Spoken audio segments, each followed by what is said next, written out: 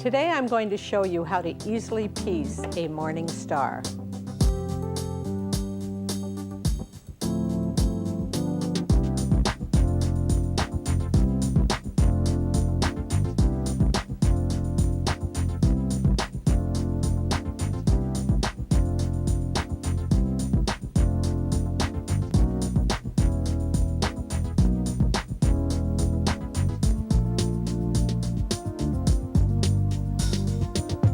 Before we begin sewing our star, we have to choose our fabrics. And to me, that is a real fun part of it. But I know some of you are still a little hesitant. So let's just go over how I'm doing this.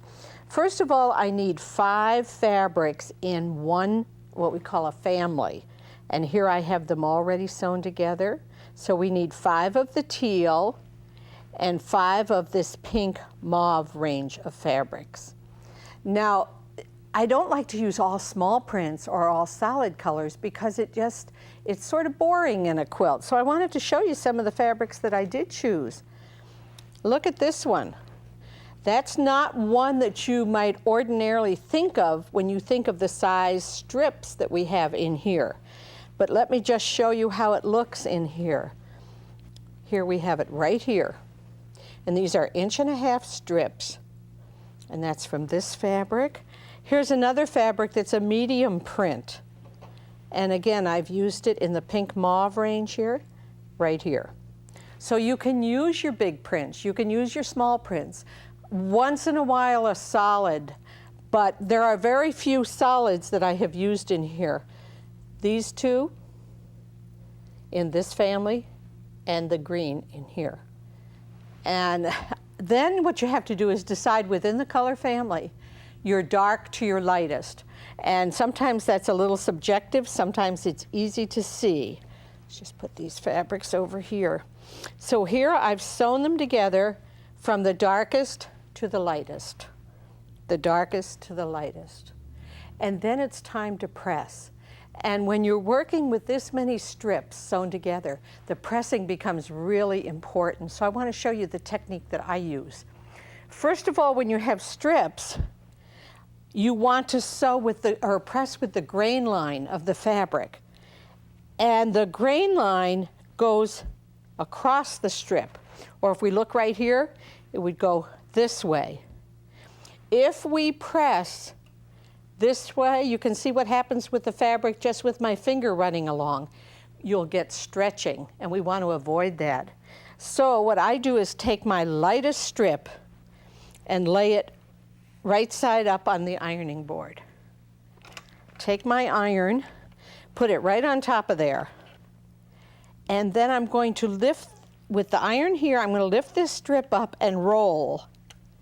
So I'm going straight across the fabric once. And if you've had trouble with your strips either stretching or getting pleat marks at the seam, this will avoid that.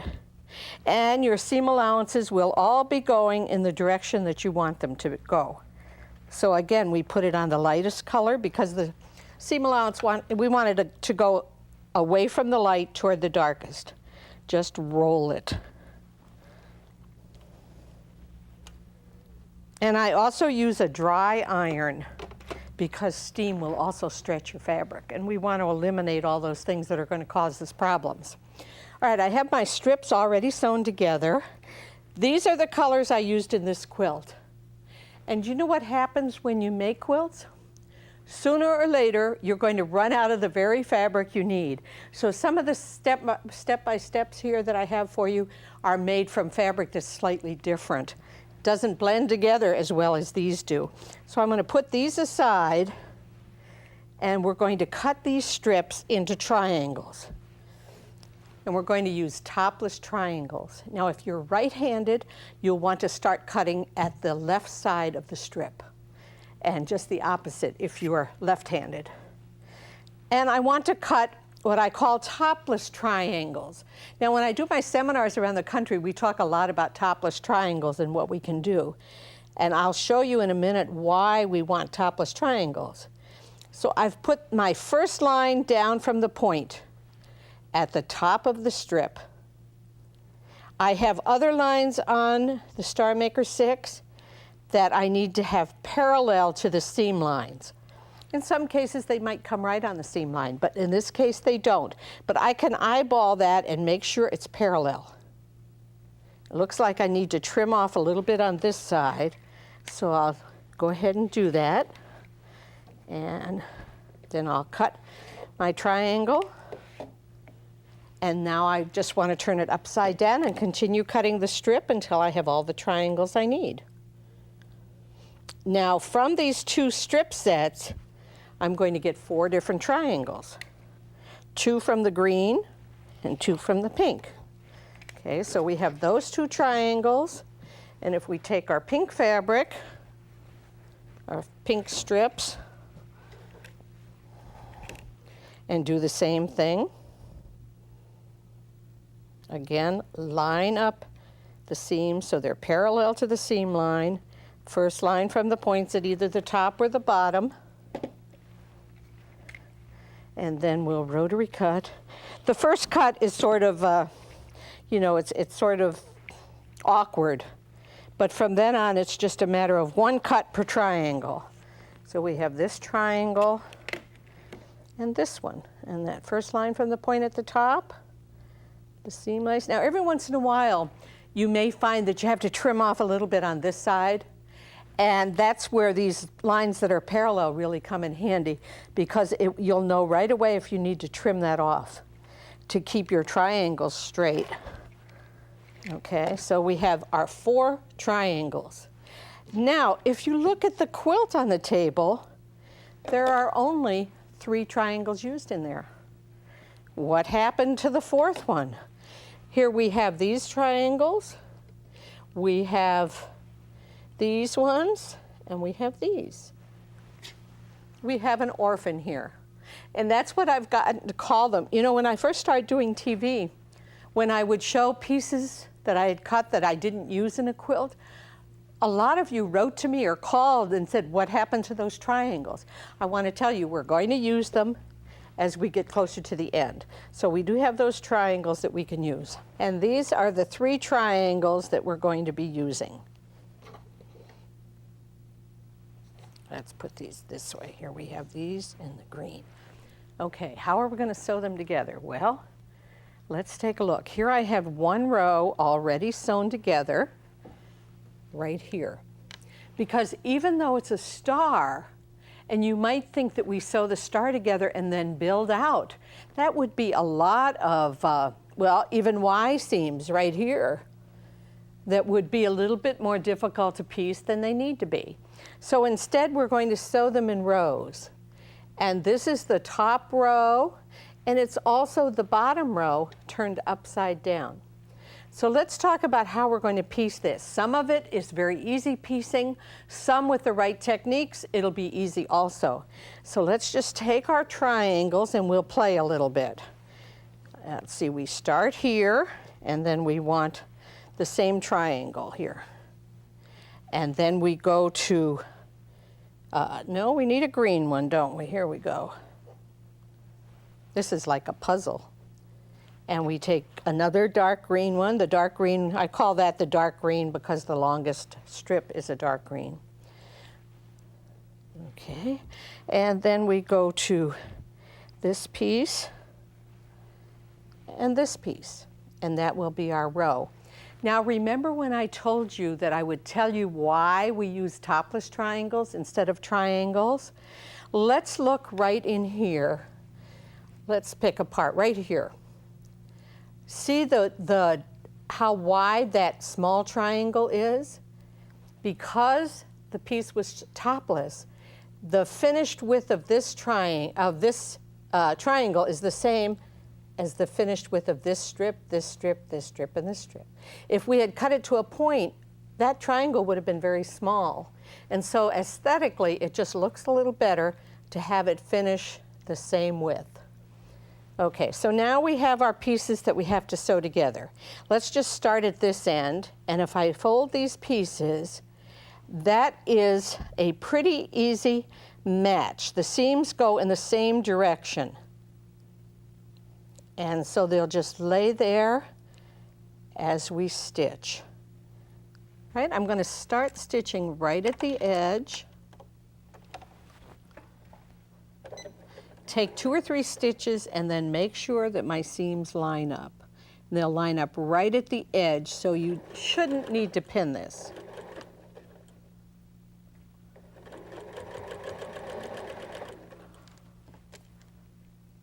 And each one you'll have to line up, sort of make sure they're fitting together. And then sew right off the end. And then you can either pick up the next one and add it, or you can, sometimes when you're first doing it, it's easier to take your pieces out now. Can you see how the seams just line up? Now I'm going to press this before I add the next strip, because I need the seam allowances going in a particular way. And let's just put this back here so I'm sure that I get it the right way. I want this seam allowance to go this way. So I'll go and press that. And again, I want to press from the right side. And so I'll just put my iron right here and go over it once. And we'll put these back in position like this. Now this is a very easy match. You should all be able to do that. There really is no matching except for top and bottom. But let's go ahead and do that, because we have this little tab sticking up. We do need to match the tabs. And if you've been watching the show at all, we talk a lot about a needle match. A needle match allows you to start stitching and overlapping those fabrics in the right place. So we'll just go ahead and do that. And a needle match just means that I'm going to lift my presser foot, I'm going to put my needle down and line up those tabs, and the 2 fabrics overlap exactly where the needle is. So we're using the needle to help us. Put the presser foot down. If you need to adjust it a little bit, go right ahead and do that. And then we'll start stitching. And then hold our ends together, our other points, and stitch. Oh, I have a thread caught right here. There we go.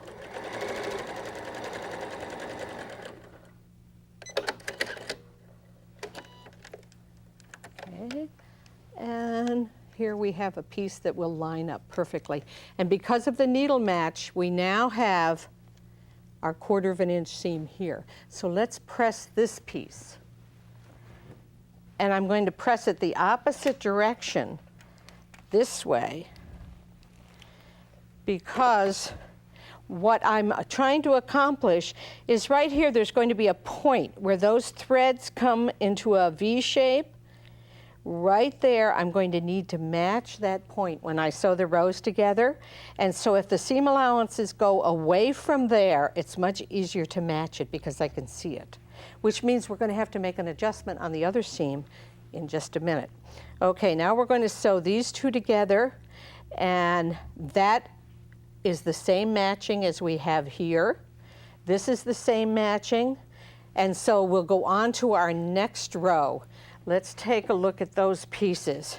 We're working on this row right here, and we're going to start here and here, and then we'll go to the light pink, and that goes here, and we keep building our row. Then we have a dark piece, 2 lights again, and they go this way. And here's another one. And then we have 2 dark greens. And so that gives us this piece and this piece. Now there's a new matching in here that I wanted to share with you, and that's when we have strips that are going in a straight line. See, this one we've already talked about. That's an easy match. But look right here, it's going to finish in a straight line. So how are we going to do that? Well, that's called a 60-degree match. And if you watched my techniques on matching earlier in the series, you'll know that that's pretty easy to do. On each strip, we have a cut edge and a seam line. And we have the same thing underneath, cut edge and a seam line. Right at the edge where you're going to be stitching, the seam line on the top piece matches that corner of the cut edge on the bottom, and it will match perfectly. Now to begin sewing, we need to pretend the point is still on this triangle, and it will line up this way. So let's go over and sew this. So we'll start right there at 1/4 of an inch, stitch down a little bit, do our 60-degree match, and again, you don't have to use any pins to do this. But this technique only works on 60 degrees, which is what we're working with when we use the Star Maker 6.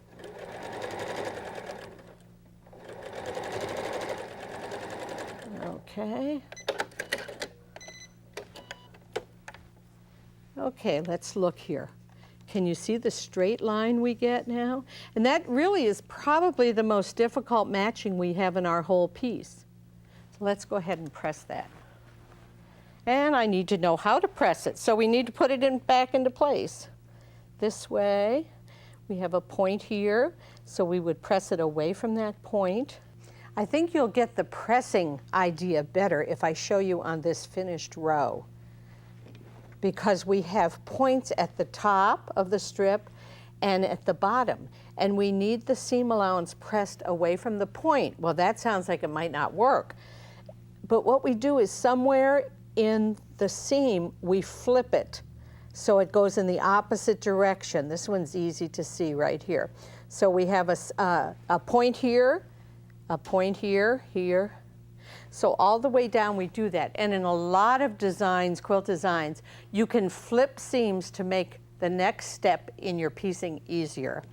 And I think you can see how the rows will go together then. We have 3 rows and then a mirror image. We would just repeat the 3 rows. Let's talk about how we're going to square this up. Out here in the corners, how are we going to figure out how to cut that? Well, first of all, we need to measure along this edge, the outside edge. This is before the piece is on. And I'm just going to measure here. I'll start down here. And it's 12 inches to here.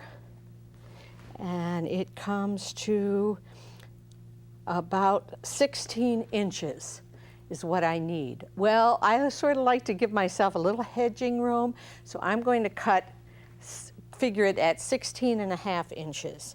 So I'm going to take this fabric that I've chosen for my corners.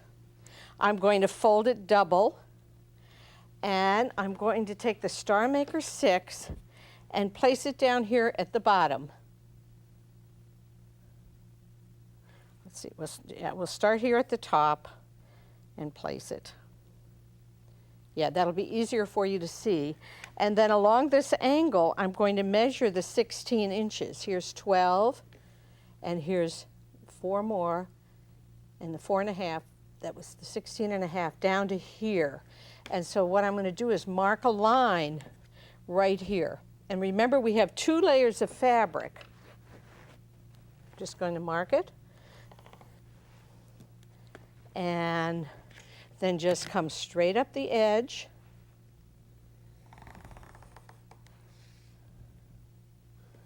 And it's a good idea to check your measurement then to make sure it's as long as you need it along this diagonal edge. And then what I'm going to do is to just cut out the rectangle right here. If you're real confident in your measurement, you wouldn't have to draw the lines.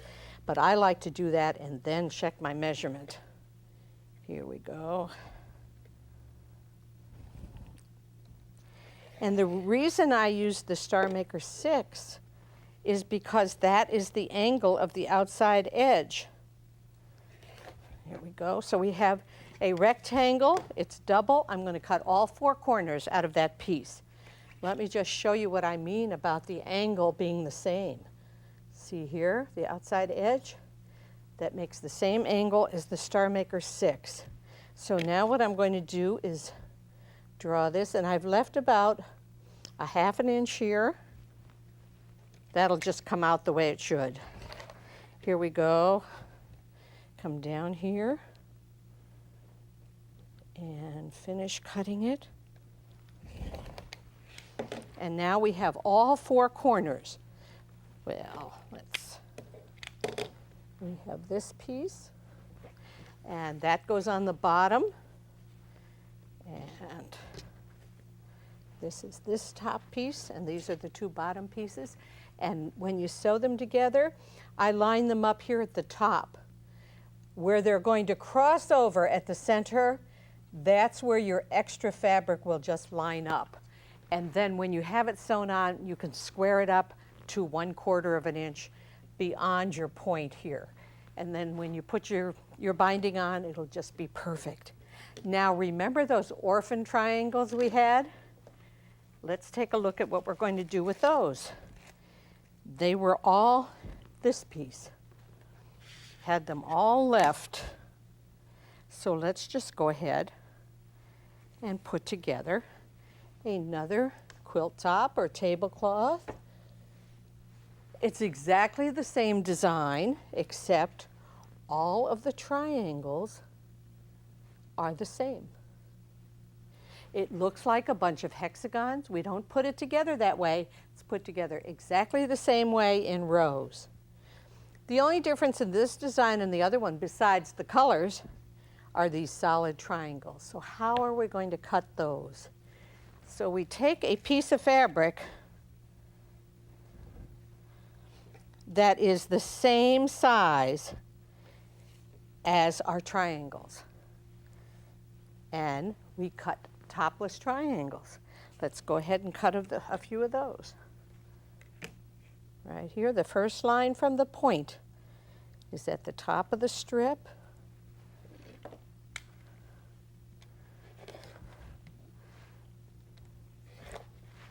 And then at the bottom. So we really don't have to measure anything to cut our triangles. They just have to finish the same size as our pieced triangles. Okay, then when we sew them in rows, we need the light triangles, don't we? We need all of these pieces. Then we take our triangles and they'll go together this way and then this way. And then we get into the pieced ones.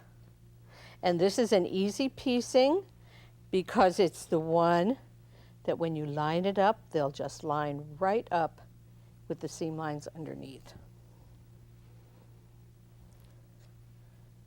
And then we have 2 more solid pieces, and we're well on our way to finishing this quilt. So this becomes the top and the bottom row of this piece. And you just follow it up, and you'll have hexagons left, and you'll have an interesting wall hanging. This also makes a nice tablecloth for a round table. You can leave it in the hexagon shape, or as we did with this piece underneath here, you can add your corners and square it up. Now when I squared up this piece, it just looked unfinished. And that's why I came back here and added a border strip just at the top, along the top and bottom of the piece. And as you can see, I used the same fabric on the back. And then it's time to choose a quilting design for your piece. How much do you want it quilted? We can do any number of things. I chose to just quilt this very lightly, and so I stitched in the ditch. And you can see around the outside triangles I've stitched and around the inside star. So it gives me a star design on the background. But however you quilt it, it's up to you. It's your quilt. Now I hope you have enjoyed this whole series. This is our last program in the series. I've tried to bring you a wide variety of projects, some easy, some a little more difficult, a lot of techniques to make your quilt making easier. And I hope you have enjoyed my guests and all the projects that they've brought to you. Be sure and join me on my next series when I'll be back with more of Kaye's Quilting Friends. Thank you.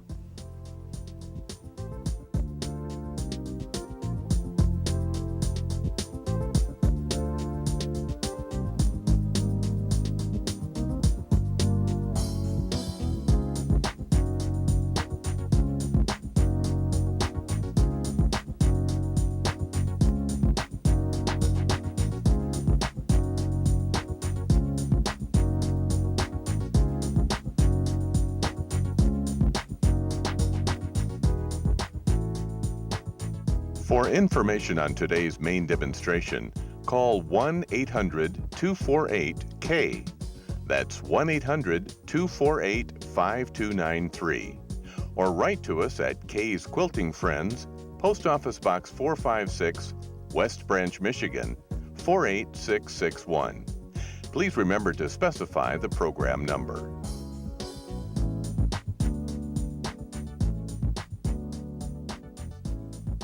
Kaye's Quilting Friends is brought to you in part by Janome America, Clover Needlecraft, OttLite Technology. Our thanks for joining us for this edition of Kaye's Quilting Friends. We hope the ideas shared with you in this program will make your quilting more enjoyable. Please join us again on the next Kaye's Quilting Friends.